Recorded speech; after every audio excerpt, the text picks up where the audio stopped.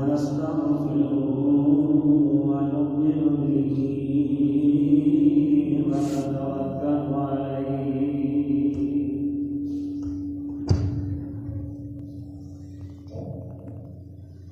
ونعوذ بالله من شرور أنفسنا ومن سيئات أعمالنا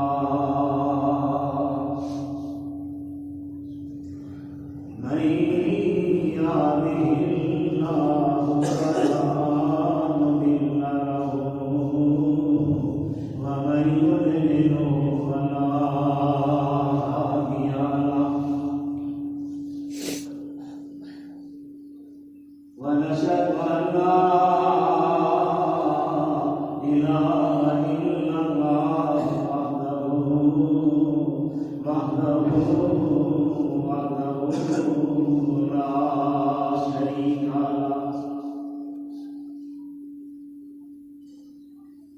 لا شريك له ولا نظير له ولا مثل له ولا مثيل له ولا ضد له ولا ند له ولا إله غيره ونشهد أن سيدنا وسندنا وحبيبنا وشفيعنا وكريمنا ونذيرنا وبشيرنا محمدا عبده ورسوله إن الله وملائكته يصلون على النبي يا أيها الذين آمنوا صلوا عليه وسلموا تسليما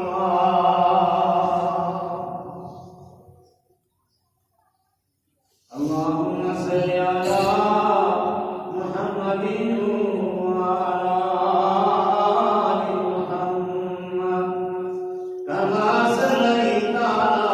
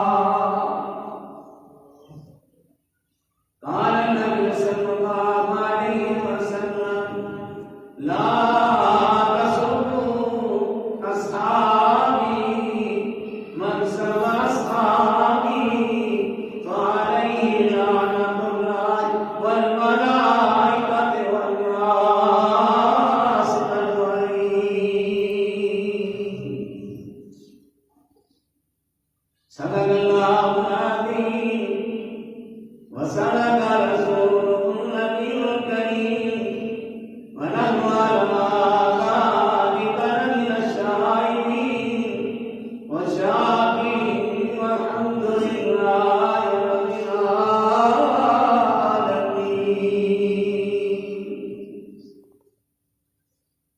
صدق قرآن پڑھنا کوئی منے یا نہ منے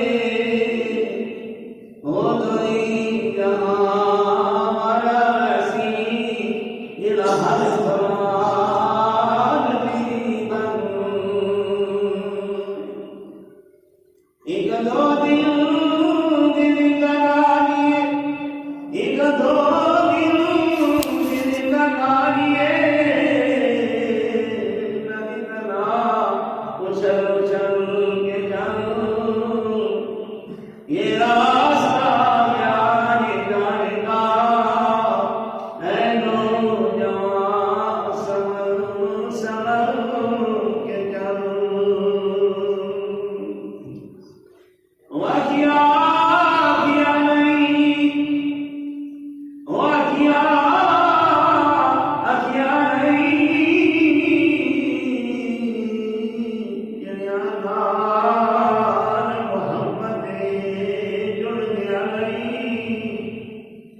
جڑ جا مر میری اکواری رکھ دو کدے مڑ دیا نہیں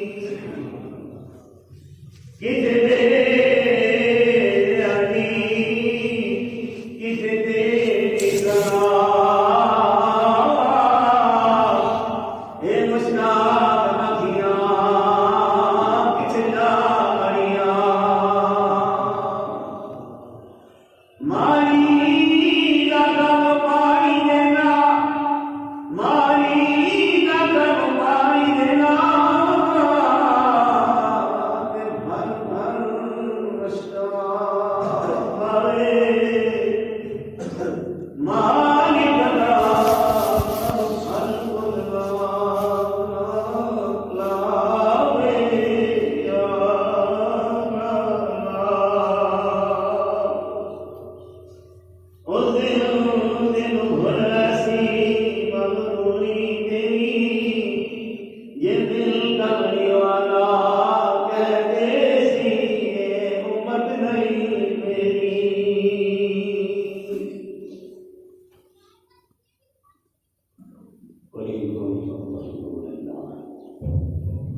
چاہتے ہو کہ اللہ تم سے پیار کرے تو نبی کی اتباع کرو. وہ تم سے پیار بھی کرے گا اور تمہاری زندگی کے گناہوں کو معاف بھی کر دے گا. وہ بخشنے والا نہیں ہے. کہو اطاعت کرو رسول کی جو نہیں کرتا اللہ ایسا نہیں کرتا. دوسرے مقام پہ فرمایا اگر تم میرے نبی کی مدد نہیں کرتے ہو تو نہ کرو میں خدا خود اپنے نبی کی مدد کرتا ہوں. جب ہجرت کی رات فرمایا کہ میرے دوست غم کھانے کی ضرورت نہیں اللہ ہمارے ساتھ ہے. نبی پاک کا فرمان ہے کہ لوگوں میرے صحابہ کو برا مت کھاؤ. جو ان کو برا کرتا ہے ان پر میری خدا کی اور تمام کائنات کی لعنت نازل جاتی ہے. صدق اللہ العظیم و صدق رسول النبی الکریم. میرے واجب الاحترام بزرگوں میں نے ابھی آپ کے سامنے قرآن پاک کی آیات تلاوت کی.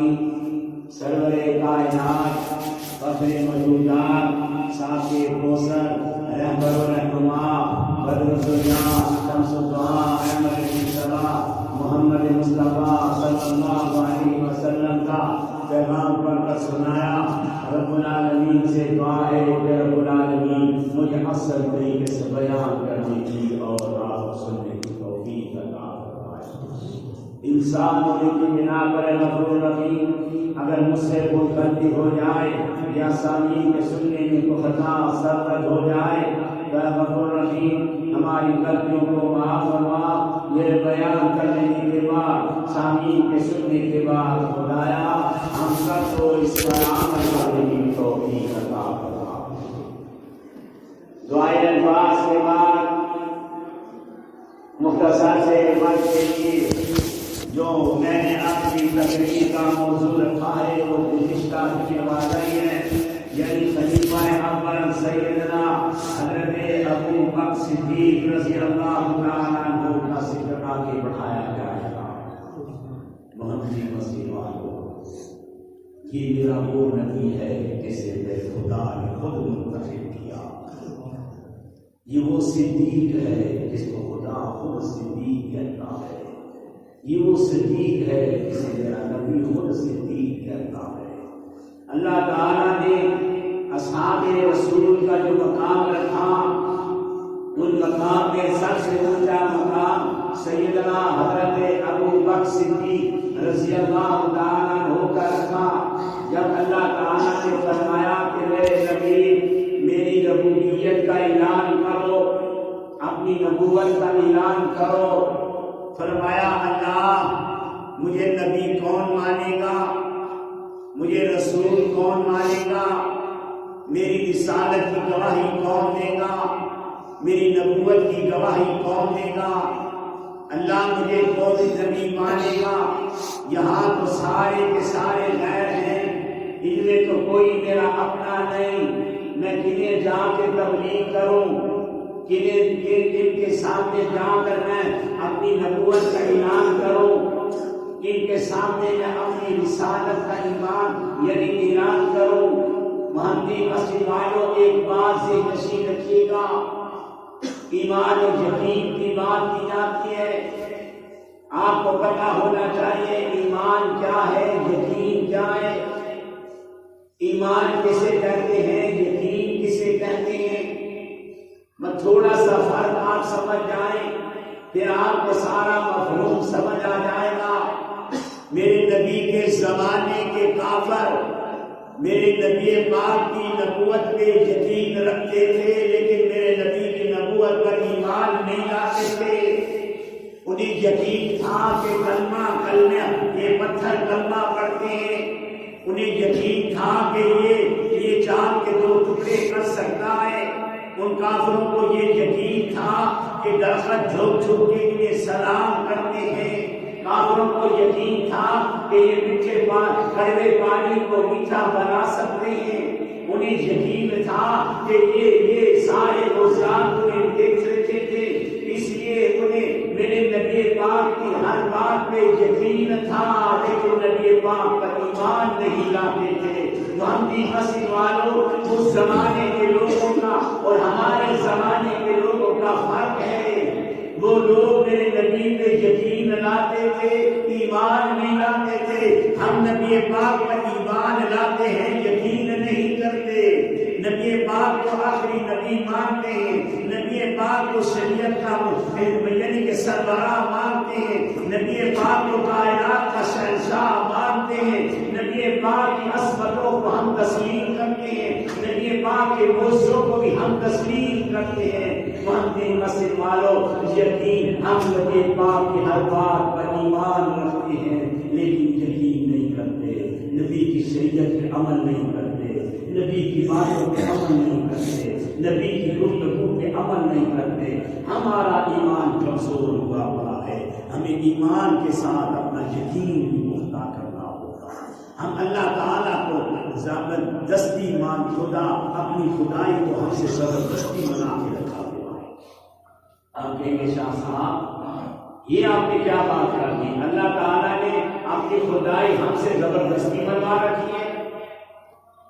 ہاں محمدی مسجد والوں، آپ کو ایک مثال دینا چاہوں گا کہ کسی جگہ اگر پولیس والا کھڑا ہو، کوئی چور چوری نہیں کرتا، پولیس دیکھ رہی ہے، ڈاکہ ڈاکو نہیں ڈالتا، یعنی ڈاکہ نہیں ڈالتا کیونکہ پولیس کھڑی دیکھ رہی ہے، یعنی کوئی ایسی گندا کام نہیں کرے گا، اسے ڈر ہے، اسے خوف ہے کہ پولیس والا دیکھ رہا ہے، اور پولیس والا دیکھ رہا ہو تو چور چوری نہیں کرتا، ڈاکو ڈاکہ نہیں ڈالتا، دہشت گرد دہشت گردی نہیں پھیلاتا، خوف لگا رہتا ہے، پولیس والا دیکھ رہا ہے۔ خدا کو کیسے مانتے ہیں؟ خدا ہمیں دیکھ رہا ہے، خدا کی موجودگی میں ہم جھوٹ بولتے ہیں، خدا ہمیں دیکھ رہا ہے ہم بھی پھر بے ایمانیاں کرتے ہیں، خدا ہمیں دیکھ رہا ہے اس کی موجودگی میں ہی ہم غلط کام کرتے ہیں۔ محمدی مسجد والو، ہمیں اپنے ایمان کی اصلاح کرنی ہوگی۔ جب میرے نبی نے کہا اللہ میری نبوت کو کون مانے گا، میری رسالت کی کون گواہی دے گا، مجھے اپنی نبی کون مانے گا اور کون گواہی دے گا؟ اللہ نے قرآن میں ارشاد فرما دیا میرے معبود وَأَنذِرْ عَشِيرَتَكَ الْأَقْرَبِينَ، اب تم اپنے گھر والوں سے بات کرنا شروع کرو، انہیں تبلیغ کرو، انہیں میری ربوبیت کا اعلان کرو، اپنی نبوت کا اعلان کرو۔ یا اللہ میں اعلان تو کروں گا، مجھے میرے کو مانے گا کون؟ قرآن پاک کی شان فرماتی ہوں الذی ارسل رسولہ بالہدی ودین الحق لیظہرہ علی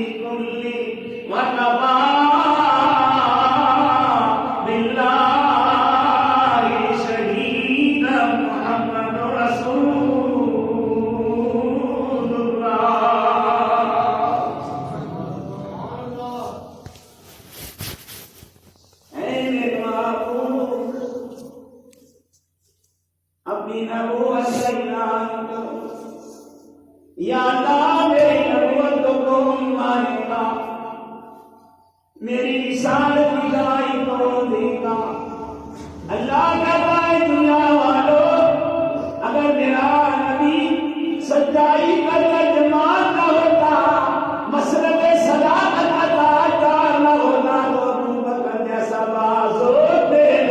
کلہ وکفی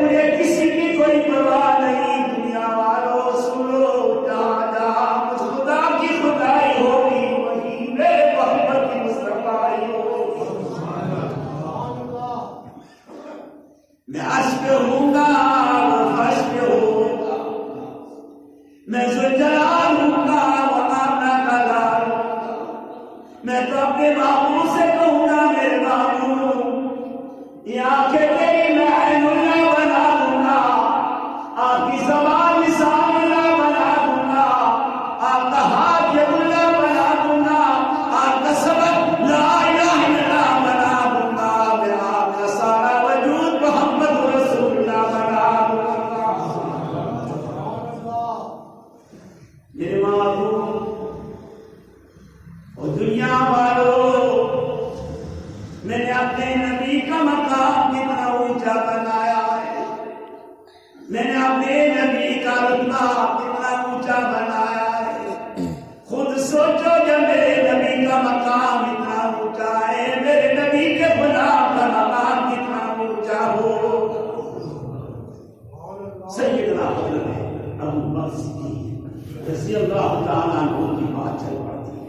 محمدی مسجد والوں، آج پورے پاکستان میں کشمیریوں سے اظہار یکجہتی منائی جا رہی ہے۔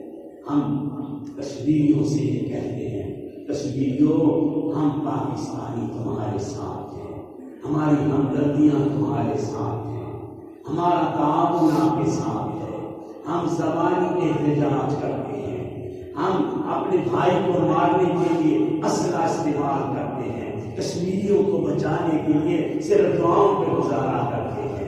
ہم نے جہاد کو چھوڑا، اللہ نے ہمیں احتجاج کا محتاج بنا دیا۔ آج ہمارے اندر وہ معیار ہی باقی نہیں رہا۔ محمدی مسجد والوں آؤ، اللہ نے میرے نبی کے صحابہ کا مقام کتنا اونچا رکھا۔ حضرت ابو بکر صدیق میرے نبی سے کتنا پیار کرتے تھے، میرے نبی پاک سے کتنی محبت کرتے تھے، نبی پاک کے بغیر وہ رہ نہیں سکتے تھے۔ ہر سمے جب بسترے پہ سوتے، کروٹیں لیتے رہتے، صبح اٹھ کر آ کر کہتے یا رسول اللہ مجھے رات نیند نہیں آتی، مجھے سکون نہیں ملتا جب تک میں آپ کے چہرے کی زیارت نہیں کر لیتا۔ ایک عجیب واقعہ ہوا، فرمایا کہ حضور کریم صلی اللہ علیہ وسلم نماز پڑھا رہے تھے اور قبلہ اول سے پہلے خانہ کعبہ سے پہلے نبی پاک جو ہے جو نمازیں فرض ہوئی تھی تو بیت المقدس کی طرف منہ کر کے یعنی نماز پڑھاتے تھے۔ اب بیت المقدس ادھر تھی اور خانہ کعبہ کی طرف مغرب کی طرف تھا اور بیت المقدس دوسری طرف تھی، اور بیت المقدس کی طرف حضور کریم صلی اللہ علیہ وسلم اپنا چہرہ مبارک کر کے نماز پڑھا کرتے تھے۔ اور عجیب اتفاق ہوا کہ حضور کریم کبھی نماز پڑھا رہے تھے، کبھی قیام میں کھڑے تھے، اور قیام میں کھڑے ہوتے ہی اللہ نے وحی نازل کی، جا جبرائیل میرے نبی سے کہو کہ اپنے چہرے کا کعبے کی طرف ہو۔ میں نے آپ کو بیت المقدس کے بعد خانہ کعبے کا بھی امام بنا دیا ہے۔ اللہ کہتا ہے میرے نبی آپ ساری کائنات کو بتا دو، ساری کائنات میں ذرا چہرہ گھما دو۔ بیت المقدس سے لے کر میرا نبی چہرہ گھماتے گھماتے بیت المقدس کی طرف آئے، اللہ نے نماز پڑھ کر حکم دے دیا۔ اب یہ نہیں اللہ تھوڑا صبر کر لیتا کہ چلو نماز ختم ہوتی ہے پھر میں اپنے نبی پہ وحی نازل کروں گا، کہ میرے نبی اب آپ نے بیت المقدس خانہ کعبہ کی طرف منہ کر کے نماز پڑھانی ہے۔ سوال یہ پیدا ہوتا ہے کہ اللہ نے نماز کی حالت میں ہی کیوں حکم دے دیا، کیوں کہا کہ اپنا چہرہ بیت المقدس سے بیت اللہ کی طرف کر لو۔ نماز کی حالت میں اللہ نے کہا جا جبرائیل میرے نبی سے کہو کہ اپنے چہرے کرو بیت المقدس سے بول کر بیت اللہ کی طرف کرو۔ رب العالمین انی وجہت وجہی للہ، اللہ نے کہا ہے معبود اب آپ نے بیت المقدس کی طرف منہ کر کے نماز نہیں پڑھانی، اب آپ نے اپنا چہرہ بیت اللہ کی طرف کر دینا ہے۔ یہ وہ بیت اللہ ہے جسے میرے خلیل نے بنایا ہے، اور حضرت ابراہیم علیہ السلام پتھر پہ کھڑے ہو کے دعا کر کے کہہ رہے تھے اللہ یہ میں نے کعبہ بنایا ہے، میں نے یہ بیت اللہ بنایا ہے، یہ میں نے دائیں کائنات کے اندر یہ تیرا گھر بنایا ہے، اے اللہ مہربانی کر اس گھر کو بسانے والا کوئی نبی روانہ کر دے، کوئی رسول روانہ کر دے۔ ربنا وابعث فیہم رسولا منہم یتلو علیہم آیاتک ویعلمہم الکتاب والحکمۃ ویزکیہم انک انت العزیز الحکیم۔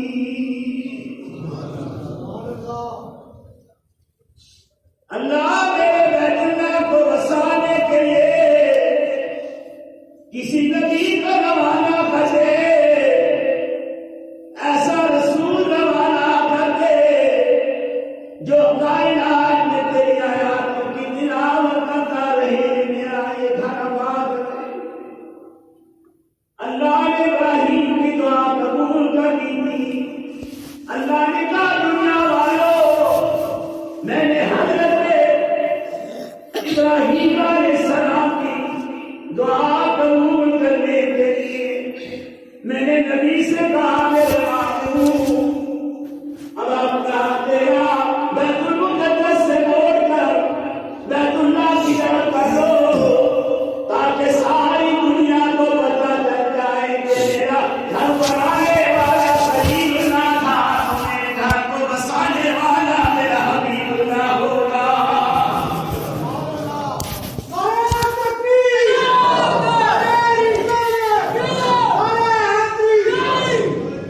حضور کریم کے پیچھے نامی مسجد معلوم یہ عجیب بس عجیب اتفاق ہے، بڑا خوبصورت اتفاق ہے۔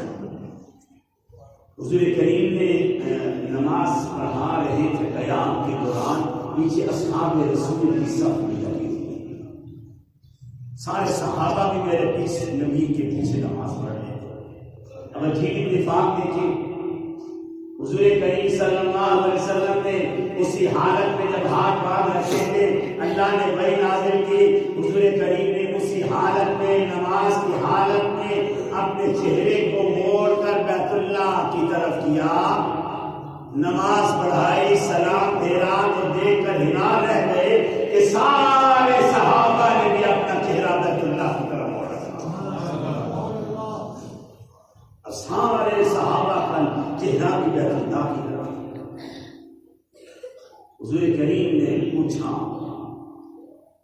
اس طرف جو سب سے آخر میں کھڑے تھے، حضور کریم نے فرمایا علی کھڑے ہو جاؤ۔ جی یا رسول اللہ کیا حکم ہے؟ علی تم تو تمہارا منہ بیت المقدس کی طرف تھا، تم نے کس سے پوچھ کر اپنا منہ بیت اللہ کی طرف کیا؟ عجیب نبی پاک نے سوال کر دیا۔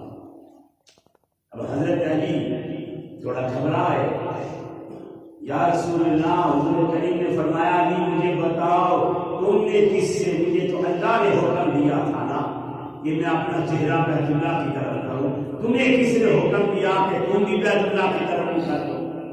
میں نے تو تمہیں نہیں کہا۔ اللہ تعالیٰ نے اپنی مسجد والوں حضرت علی کو بڑا ذہین بنا رکھا، بڑا خوبصورت جواب دیا، کہنے لگے یا رسول اللہ صلی اللہ علیہ وسلم مجھے تو نہیں پتا تھا، بس میرے ساتھ جو ہے سیدنا عثمان غنی رضی اللہ عنہ کھڑے تھے، انہوں نے منہ موڑا تو یا رسول اللہ میں نے بھی ان کو دیکھے اپنا منہ بیت اللہ کی طرف موڑ لیا۔ حضرت علی کی جان چھوڑ گئی۔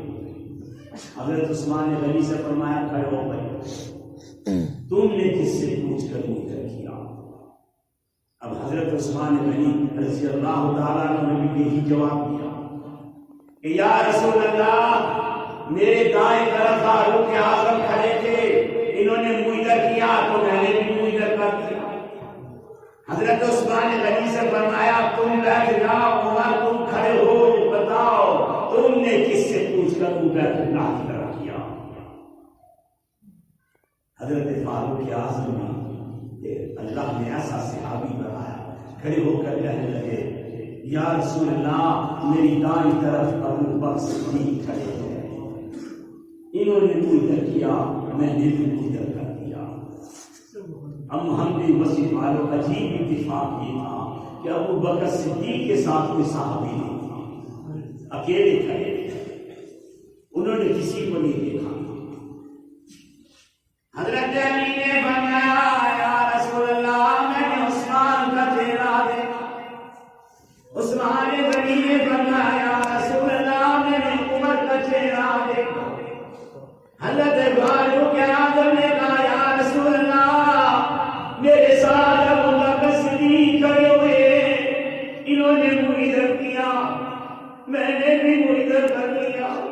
حضور کریم نے فرمایا ابو بکر کھڑے ہو جاؤ، مجھے بتاؤ تم نے کس سے پوچھ کر منہ بیت اللہ کی طرف کیا ہے؟ حضرت ابو بکر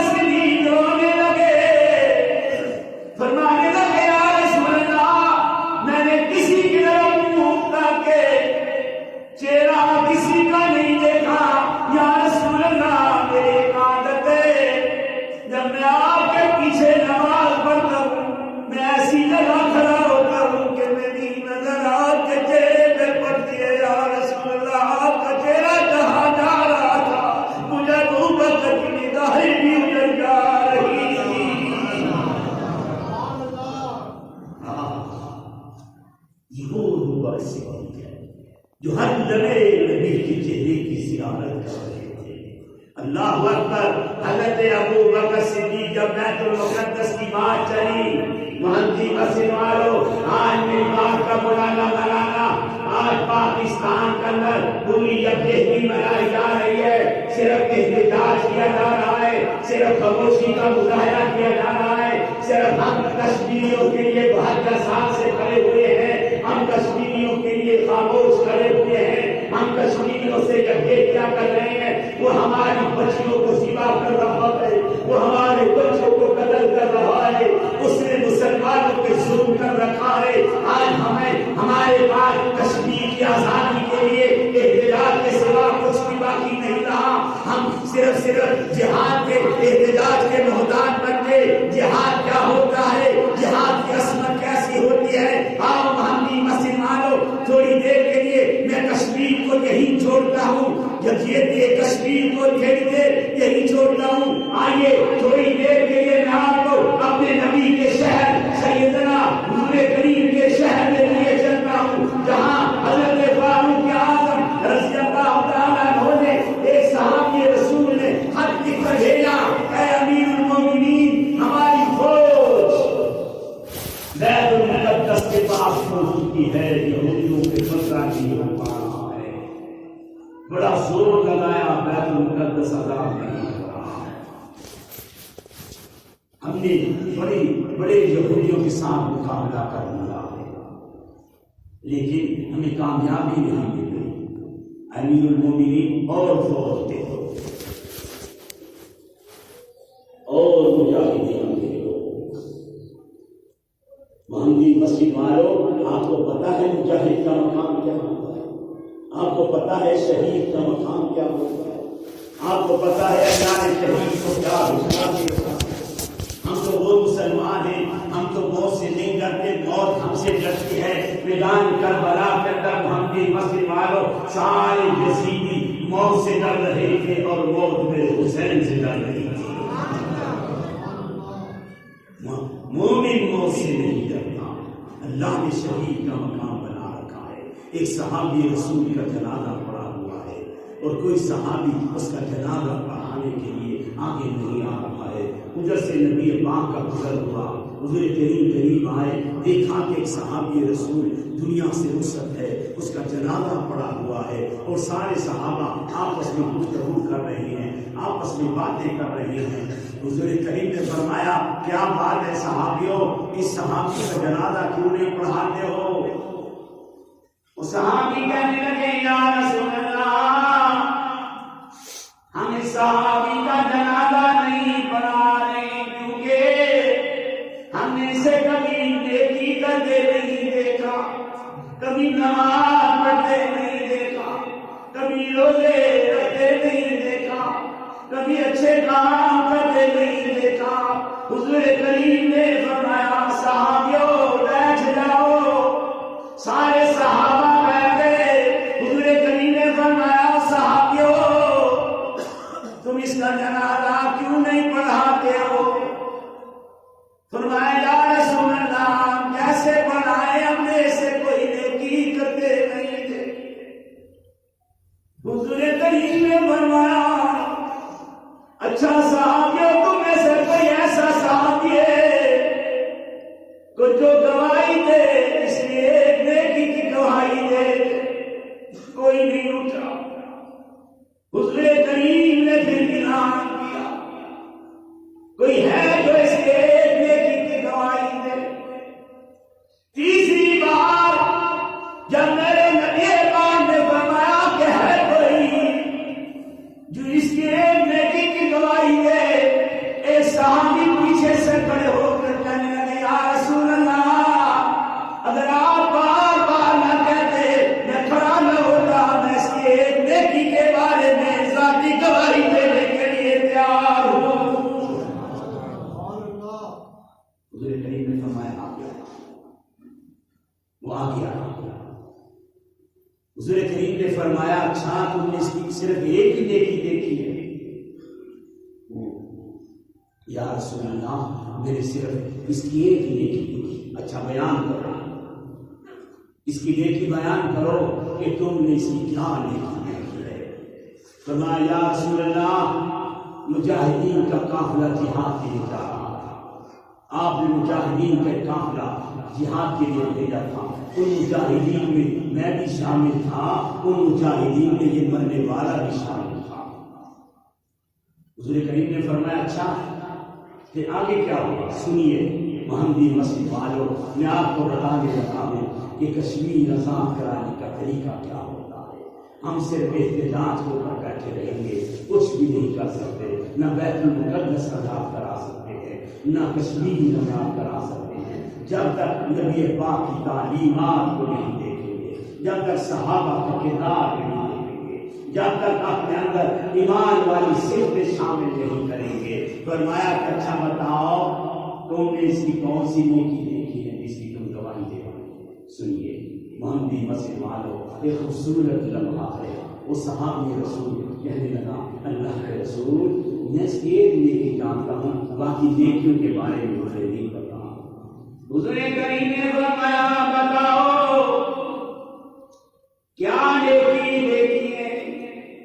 فرمایا یا رسول اللہ سارے مجاہدین جہاد کرنے جا رہے تھے، ہم ایک جنگل میں ٹھہرے، وہاں بڑے بڑے درندے تھے، امیر المومنین نے ہمیں بھیجا ہوا تھا، ہمارا سپہ سالار تقریر کھڑے ہو کر کہنے لگا مجاہدوں یہاں بڑا خطرہ ہے، یہاں بڑے زہریلے جانور رہتے ہیں، بڑے خطرناک جانور رہتے ہیں، اب کیا کیا جائے؟ یا رسول اللہ یہ صحابی کھڑا ہو کر کہنے لگا اے فوجیوں مجاہدوں نے سربراہ اے سپہ سالار میں اعلان کر رہا ہوں سارے سو جاؤ، میں ساری رات جاگ کر ٹھہرا ہوں، ساری رات جا کر میں ٹھہرا دوں گا۔ حضور کریم کھڑے ہو کر کہنے لگے بس اب تم میں سے کسی کو اس کا جنازہ کرانے کی اجازت نہیں ہے، میں محمد خود اس کا جنازہ کراؤں گا۔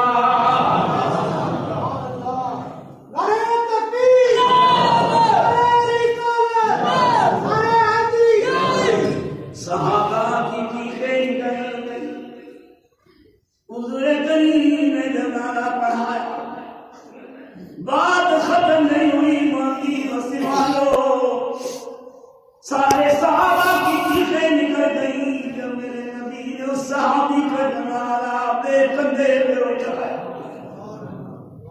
حضور کریم جنازہ لے کر جا رہے تھے، صحابہ رو رہے تھے اے کاش اے صحابی یہ تیرا جنازہ نہ ہوتا، یہ ہمارا جنازہ ہوتا، نبی ہمارا جنازہ اٹھاتا۔ حضور کریم نے صحابی کو قبر کے قریب لٹایا، چرپائی سے میت اٹھائی، خود قبر مبارک میں اس صحابی کو لٹایا، فریاد آئی مٹی ڈالی، فرمایا انی اشہد انت مایا فی الجنہ، اے میرے یار تیرے یاروں کا کہنا ہے کہ تو نے کوئی نیکی نہیں کی، میں محمد گواہی دیتا ہوں کہ خدا قیامت میں بھی تجھے میرا پڑوسی بنا دے گا۔ امیر المومنین فاروق اعظم کو خط آیا، بیت المقدس آزاد نہیں ہوا، فرمایا کہ اپنے غلام کو کہا اونچی لے کر آؤ، بس محمدی مسجد والوں صرف ایک جھلک دکھانے لگا ہے کہ جہاد کرتے ہو یہ احتجاج کی بجائے اگر اپنے اندر اتفاق کرتے ہو، اگر یہ احتجاج کی بجائے اپنے اندر اتحاد پیدا کر لیتے، اپنے اندر متحد ہو جاتے، لوگ بنیاں ختم کر دیتے، یہ فرقہ پرستیوں کے دروازے بند کر دیتے، کوئی بریلوی، کوئی دیوبندی، کوئی شیعہ، کوئی اہل حدیث، یہ سارے مل کر اپنے ہاتھوں سے ہاتھ جوڑ لیتے، اپنے ہاتھوں کو مضبوط کر لیتے، پھر تو بیت المقدس کیا بابری مسجد جو شہید ہوئی اس کا بھی بدلہ لیا جاتا، ہم ہماری تاریخ گواہ ہے انشاءاللہ محمدی مسجد والوں میرے نبی نے کہہ رکھا ہے ایشیا کے اندر ہند کے اندر ایسا شخص اٹھے گا جو بیت المقدس میں آزاد کرائے گا کشمیر میں آزاد کرائے گا پوری دنیا میں اسلام کا جھنڈا بلند ہو جائے گا ہمیں فکر کرنے کی ضرورت نہیں ہمیں صرف اتحاد کرنے کی ضرورت ہے ہمیں متحد ہونے کی ضرورت ہے فرمایا امیر المومنین جلدی آئیے بیت المقدس آزاد نہیں ہونا یا یہودیوں نے قبضہ کر رکھا ہے اور فاروق اعظم نے فوج نہیں بھیجی مجاہدین کو نہیں بھیجا اپنے غلام کو بنایا غلام کی طرح اونچنی لے کر آ چلتے ہیں ذرا بیت المقدس کو آزاد کرا دیا ہمیں مسجد والوں کا ہو رہا ہے صرف آپ کے ایمان کو تازہ کرنے کے لیے خوبصورت بات کو مختصر کرنا چاہتا ہوں فرمایا کہ اے غلام لمبا سفر ہے ایک کوٹھی پہ تو سوار ہو جانا کبھی میں سوار ہو جاؤں گا تم اونٹنی کی مہار پکڑ لینا کبھی میں چلوں گا پیدل اونٹنی کی میں مہار پکڑ لوں گا کبھی تم اونٹنی پہ سوار ہو جانا بس معاہدہ ہو گیا کبھی فاروق اعظم اونٹنی پہ بیٹھتے تھے کبھی غلام اونٹنی پہ بیٹھتا تھا کرتے کرتے کرتے محمدی مسجد والوں بیت المقدس کی سرحد کے قریب پہنچے اب باری غلام کی سواری کی آ گئی تھی فاروق اعظم کی پیدل چلنے کی باری اب سامنے یہودی دیکھ رہے تھے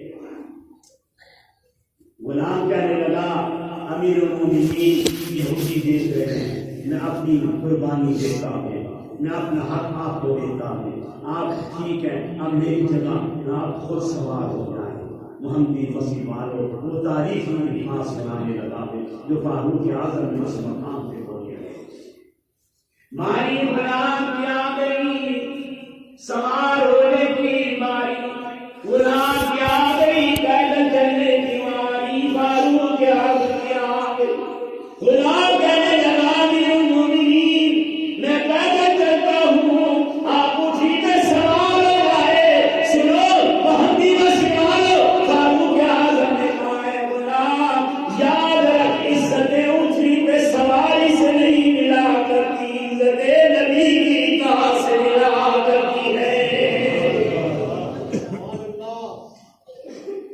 یہودی آئے انہوں نے کتابیں بولی لکھا تھا بیت المقدس کو آزاد کرائے گا امیر المومنین پیدل آ رہا ہوگا غلام مٹھی پہ سوار آ رہا ہوگا کتابوں میں لکھا تھا اسی ٹائم یہودیوں نے محمدی مسجد والوں فاروق اعظم کا قلعہ دیکھ کر بیت المقدس کی چابیاں فاروق اعظم کے حوالے کر دی محمدی مسجد والوں آؤ یہی جرت اپنے اندر پیدا کرو گے خدا کی رحمتیں نازل ہوں گی اللہ مجھے آپ سب پر عمل کی